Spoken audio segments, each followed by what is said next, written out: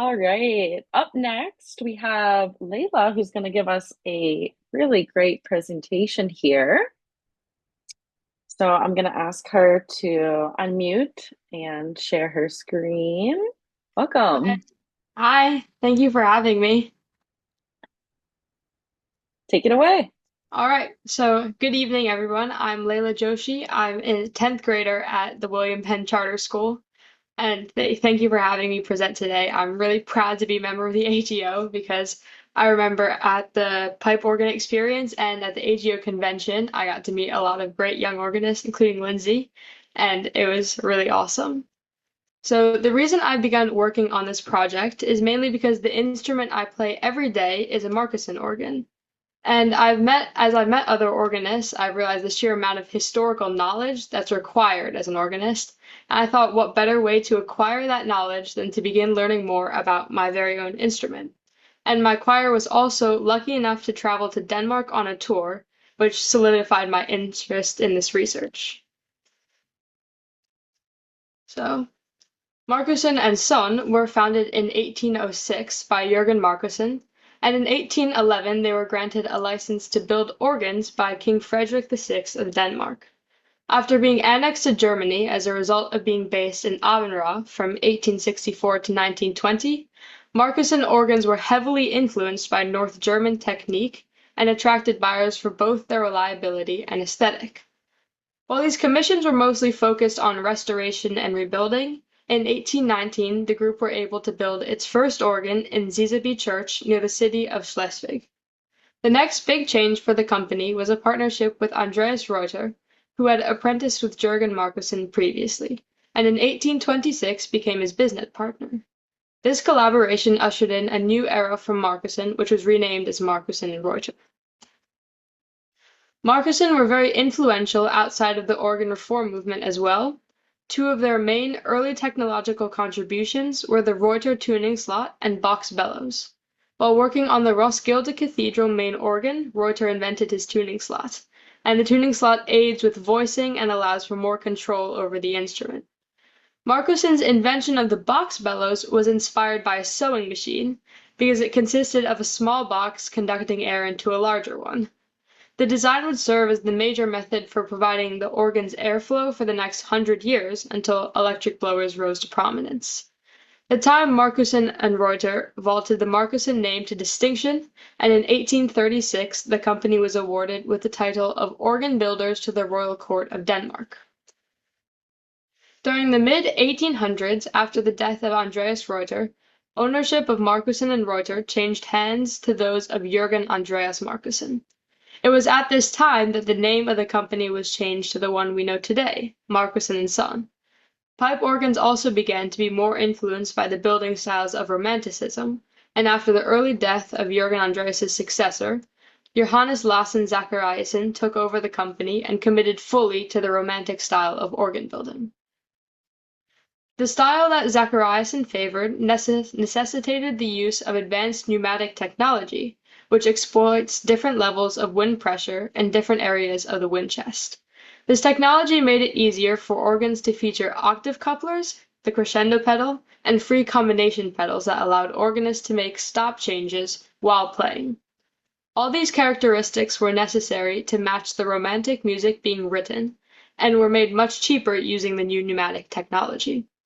Marcussen's use of this technology kept the company popular and allowed much of the new music of the time to be played in proper style. So the initiation of the organ reform movement is mostly credited to Albert Schweitzer. Albert Schweitzer was a multi-talented individual as a physician, missionary, philosopher, and organist. Schweitzer strongly advocated that the Alsatian Silbermann organ, with its combination of French and German sound, was the best organ for Bach. And in addition to Schweitzer's advocacy, there are records of Bach's approval for the Silbermann organ. The organ building world in the early 1900s, around 1920, had also developed an interest in Baroque organ thanks to the influential Schnitger organ in Hamburg's St. Jacobi Church. Schweitzer claimed that he did not initiate the movement, but he did not oppose its presence either. While this movement also existed in Denmark, it was more limited and came about in a different way. Cor Etzkes, a Dutch organ builder, writes that he was urged by Dutch organist Johannes Legena to take a tour of Danish organs in 1946, which he did with Finn Viedero. On the tour, Etzkes witnessed the Romantic style of organ building in full swing, but he nonetheless notes how well made the instruments were. Johannes Legena would proceed to invite organ builders Paul Gerard and Cyprian Zachariasen to take a tour of the Dutch organs because of the lack of historical organs in Denmark. When they returned, they were inspired to try the techniques for themselves and began to experiment with the neo-Baroque style. In 1956, many were drawn to Denmark for Marcussen's 50th anniversary jubilee. The guest list included almost all famous participants in the Danish organ reform movement, and many, such as Marie-Claire Alain, were surprised by the high quality of the organ's action. Alain would go on to make several recordings on Danish organs, citing their difference in sound from the French as why. Later in the movement, to fund the Danish Organ Weeks, the event would form strong connections with Danish breweries, which allowed the tradition to continue until the 1960s, showcasing the ties across fields that the movement brought about in the small country. As I previously mentioned, Albert Schweitzer was one of the most important figures in this movement. However, there are many others who also influenced its success in Denmark. The German organist, Karl Straube, did not just support the movement as an organizer, but he also did as an artist. Straube is remembered as very accepting of the new concepts in the organ world, and in accordance to this, he supported the Romantic organ, saying that the people do not sense that everything artistic is born by a general spiritual mentality. Otherwise, they could not render such stupid judgments about the Romantic organ, as if it were a technical plaything and absolute nonsense, whereas it actually embodies the overheated dynamic aspirations. However, Straube, regardless of his support of the organ reform movement, was reluctant to wholly support either side and either style, and opted for attempting to render pieces accurately, regardless of the instrument. In addition to Straube, Zachariasen and Frobenius helped promote the movement through their dedication to the craft of organ building and their willingness to bring new style to the country of Denmark. The organ reform movement was limited for several years in both Denmark and Germany. The hindrance in Germany was World War II. The war made it difficult to acquire supplies, which hampered the building of new organs in Germany. And in Denmark, supplies were easily accessible, so the movement was allowed to flourish there when Germany could not sustain it. The difficulty with Denmark was its lack of historical organs. There were so few remaining historical organs in Denmark that builders had to travel to Germany or Holland to truly experience the sound of a Baroque organ. While this did not limit the short-term success of builders in Denmark, it might have been one of the reasons Danish builders were surpassed by foreign companies. Another limitation to the Danish turned out to be Finn Viedero. Viedero was supposed to receive a job at the Danish Conservatory, but when he didn't get it, the Danish lost the support that his fame would have brought to the country and to the movement. The experience of Marcussen and Søns in this movement was greatly impacted by financial and economic decisions, as most are, and was spearheaded by Cyprian Zachariasen. Zachariasen has visited many historic organs in Germany and made extensive annotations on their creation. When the area that Marcussen was based in, Abenra, was reclaimed by Denmark, the firm had to begin anew and adapt to the change in markets. Shortly after, Zachariasen took his trip to the Netherlands and continued to acquire more knowledge of the old organs. The firm began to build in this style and were at the height of their prominence while working with the voicer Adolf Weding. The Marcussen action was similar to AGOYO organs, and this is demonstrated in the Nikolai Church in Copenhagen. The action of this organ aligned with the time because it was possible to see that style of balanced action on other old organs. The benefits of Marcussen's historical instruments were also greatly aligned with the overall benefits of the movement as a whole. The return to tracker action created greater historical accuracy and made playing easier regarding Bach. Tracker action is also hailed by many as creating a greater connection between the organist and the instrument, which is part of why the old organ had such appeal. The old style of organ is also very versatile and allows one to play simple pieces for church as well as complex solos, with equal ability and distinction. Having played a few historical organs, such as the one pictured above, located in St. Bavokerk in Haarlem, I can attest to all of these benefits, though I would add that the style of church has evolved, so an old style organ might not sound accurate simply because of acoustics.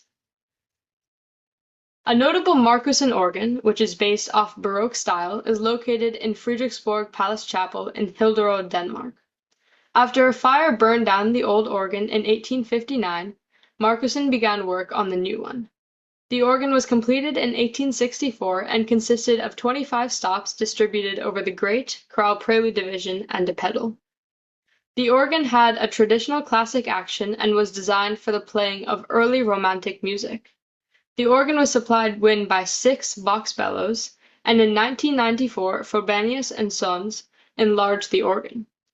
The changes to the organ paved the way for even more massive alterations, which were carried out by Paul Gerard Andersen. The chapel had called for a larger organ to allow for more concerts, and because of this, the Marcussen organ was pushed to the back of the facade to make way for a new instrument. Fortunately, in 2002, the old organ was completely restored and recreated by Marcussen.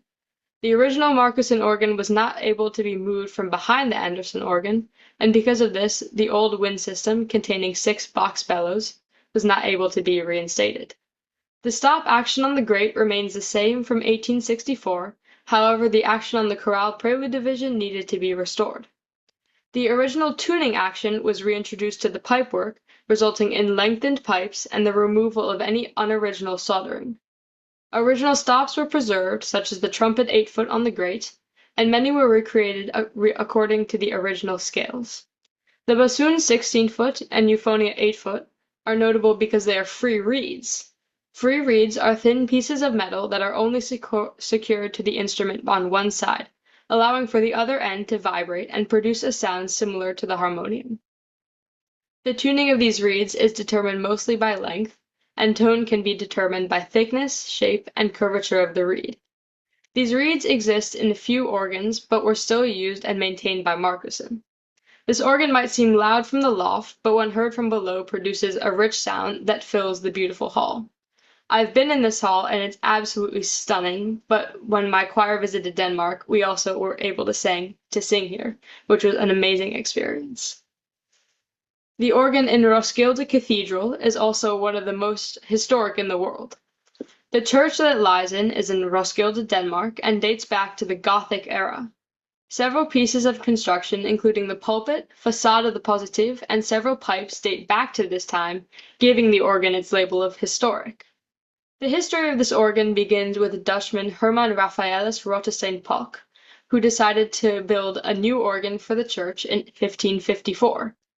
This organ stood until 1611 when it was rebuilt by Nicholas Maas.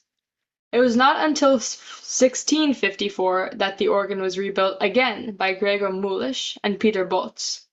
This rebuild resulted in the addition of Baroque decorations to the facade and a small upper positive. The majority of current historical pipes also date back to this rebuild, with the entire facade being pipes from this year. Unfortunately, the casing of the Hauptwerk and pedal were altered in such a manner that the pedal was removed from the case and re-erected behind the organ. It was also during this time that Reuter discovered the tuning slot, which had a significant impact. The organ remained undisturbed until significant tonal and technical problems were discovered by Cor Etzkes in the 1980s. These findings and the large number of old pipes led to the recreation of a classical Danish organ by Marcussen. Aided by their extensive archives, the organ was placed on the original floor level and had its cases reconstructed. Marcussen, as accurately as possible, replicated the pipe scales, alloys, and methods of construction according to old models, and they even used the old Rook-positive chest as a model for the bellows. This organ is a perfect example of the importance of having a knowledge of historical instruments when carrying out a rebuild. The influence of Marcussen and the organ reform movement had many widespread effects. The firm was able to pioneer the movement within Denmark thanks to its archives and Zachariason's annotations. and the new style allowed for attention to be drawn to the world-class organs in Denmark. The movement also allowed for technological advances such as reed shallots, the slider chest, and the centrifugal fan blower. However, the movement also spread to America and created a new brand of the American organ. Interest in building old instruments did not just end in Europe, and the picture shown above is proof. Some of the most beautiful organs I've played have been at places like Rice University and Eastman School for Music, where the organs are not old, but are so well researched that they compare with the likes of the organ at St. Bavakirk. Thank you so much for listening to my presentation, and thank you so much to the organizer of this conference. I really enjoyed the presentation that I've heard, and it's definitely inspiring me to continue doing my research. And if anyone listening would be further interested in collaborating with me, particularly to publish some work about this, I'd really love that. And in the meantime, I'd be happy to answer any questions or discussions. Thank you so much. That was awesome. That was so cool to learn about all that all. Where is your church located at that you have this organ at? Oh, I live in Morristown, New Jersey, so it's the First Presbyterian Church of Morristown. Great. And when you were researching this, was there anything that came up that you thought was surprising or not what you would have guessed it would have been? I think I was very much surprised by how much effect Marcussen had. I went into the research kind of thinking that Marcussen was a very like small or niche company, but kind of seeing the effect that it had and the people it got to work with was very interesting to me. That is very cool. And when you were kind of exploring those different aspects and finding all those different connections, do you think that us as other organists, being able to look into our own organs and kind of research that history, what value do you find in that? I think it's a very important thing personally when I go to like a pipe organ experience or a summer program. I'm surrounded by people who love the instrument and they always seem to know, I feel like they always know so much more than me about whatever instrument we're playing. And I think that kind of motivated me to kind of start learning about things. And even like exploring your own instrument is a perfect way to start that because you actually have a perspective on that and you have a certain level of investment in the work that you're doing. Yeah, cool. Does anybody else have any other questions here? You can pop them in the chat. We got one from Daniel. It says, what is your favorite part about these types of organs? Is it the sound? Is it something more mechanical, something with the touch? I think my favorite part has to be the simplicity of the organ. I think when I play, when I first started playing the organ 4 years ago, I didn't know what any stops meant. I didn't understand anything. So I would just pull out random stops and I couldn't actually seem to make something that sounded bad. And I think it's honestly an amazing thing having played more organs now, of course, that I can just pick anything and almost everything will work out. That is really significant because I know that some instruments you pull things out and you go, oh, that's not exactly what I wanted that to be like. So that's really great. Andrew also just commented that he really also enjoys researching the 20th century organ reform. So that's really awesome. Where do you see this research kind of taking you next? I definitely like to do some writing about this. I think this presentation started as a little bit of writing, but I'd like to continue that and maybe publish some of that. Yeah, absolutely. And I'll invite you, as well as any of the other presenters here. You are always welcome to write for TAO, for the AGO. I can send you all the information, and this goes for anybody in the young organist that would be interested in this. It's great to get it published in the magazine. You get a little bit of experience in being able to work with an editor to get feedback about that, about how it's going to look. And then when it's published, it's really great because then you can share that with other AGO members through the TAO and it being online. So I definitely encourage you to do that because it sounds like that's right where you are. Yeah, thank you. Great. Another question. Are there any other organ builders that you're interested in researching? Well, from this research, I learned a little bit about the Zilberman organ, so I think that would be interesting, as well as Cavallo Colli because they had so much influence on other builders. I think starting large and then maybe going more niche again would be probably what I would be interested in doing. Well, that's really great, especially being able to pull in other things that you've been researching. Well, awesome. This was really great. Thank you so much for presenting. Thank you for having me. Yeah. And if anybody has any questions, throughout, feel free to do that. Oh, sorry, we just got one more. If I want to start my own organ research, where should I start? I started with the website. I went to the Marcussen website. It is a very great website. They have the entire history written out in a little bit of detail. And I think you just kind of start from there. You basically have to draft like a rough sketch paragraph. And then I would go through the paragraph and I'd say, what do I not know in this paragraph? And I just kind of look up individual things that I came across. And you basically have to you can start by basing it off of what you've seen written, but then you start asking your own questions about, oh, what am I writing? And it also will drive you to have more topics of research and be more interested in other things as well. That's really cool. And that's really great advice because I think starting research is always the most intimidating part of it because you don't know where you're starting. But that's Mhm. really great how you just suggested to kind of break it down and look up those individual pieces. So awesome. All right. So we're going to switch over now